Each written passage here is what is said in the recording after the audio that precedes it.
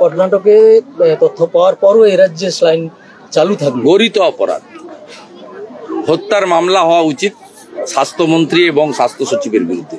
13ই December 2024 Karnataka সরকার জানিয়েছিলেন যে এই কোম্পানির স্যালাইন এবং ওষুধ নিষিদ্ধ। এরা 6ই জানুয়ারির পরে ঘুম ভেঙেছে। এতদিনে কতজনের বিষ প্রয়োগ হয়ে গেছে, ও যারা বেঁচে আছেন তাদের তো সব কিডনিগুলো নষ্ট করে দিয়েছে। অত্যন্ত এই ক্ষমার অযোগ্য অপরাধ।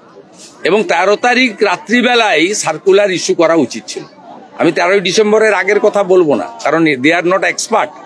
কিন্তু 13 তারিখ জানানোর পরে কেন করেননি? 13 তারিখ আর আজকের 14 তারিখ, এটা অনেক দিন।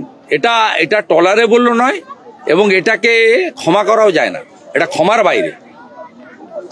কারণ যারা অর্থ আছে, আমরাই তো প্রাইভেট জায়গায় দেখাই। মুখ্যমন্ত্রীর, স্বাস্থ্যমন্ত্রীর পুরো পরিবার বিদেশে চিকিৎসা করায়। কারা যায় হসপিটালে? কাদের স্যালাইন নিতে হয়? কাদেরকে মারছেন? এরা সবাই আমাদের ভোটার নয়, আপনাকেও অনেকে ভোট দিয়েছে। এটা ক্ষমার অযোগ্য অপরাধ। নিষিদ্ধ হওয়ার পর রাজ্যে চলেছে। আর না ভাই, কর্ণাটকে তথ্য পাওয়ার পরও এই রাজ্যে স্যালাইন চালু থাকবে। গরিত অপরাধ, হত্যার মামলা হওয়া উচিত স্বাস্থ্যমন্ত্রী এবং স্বাস্থ্য সচিবের বিরুদ্ধে। 13ই ডিসেম্বর 2024 কর্ণাটক সরকার জানিয়েছিলেন যে এই কোম্পানির স্যালাইন এবং ওষুধ নিষিদ্ধ। এরা 6ই জানুয়ারির পরে ঘুম ভেঙেছে। এতদিনে কতজনের বিষ প্রয়োগ হয়ে গেছে, ও যারা বেঁচে আছেন তাদের তো সব কিডনিগুলো নষ্ট করে দিয়েছে। অত্যন্ত এই ক্ষমার অযোগ্য অপরাধ। এবং 13 তারিখ রাত্রিবেলায় সার্কুলার ইস্যু করা উচিত ছিল। আমি 13ই ডিসেম্বরের আগের কথা বলবো না, কারণ দে আর নট এক্সপার্ট।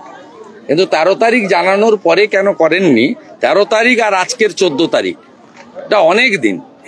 এটা টলারেবল নয় এবং এটাকে ক্ষমা করাও যায় না, এটা ক্ষমার বাইরে।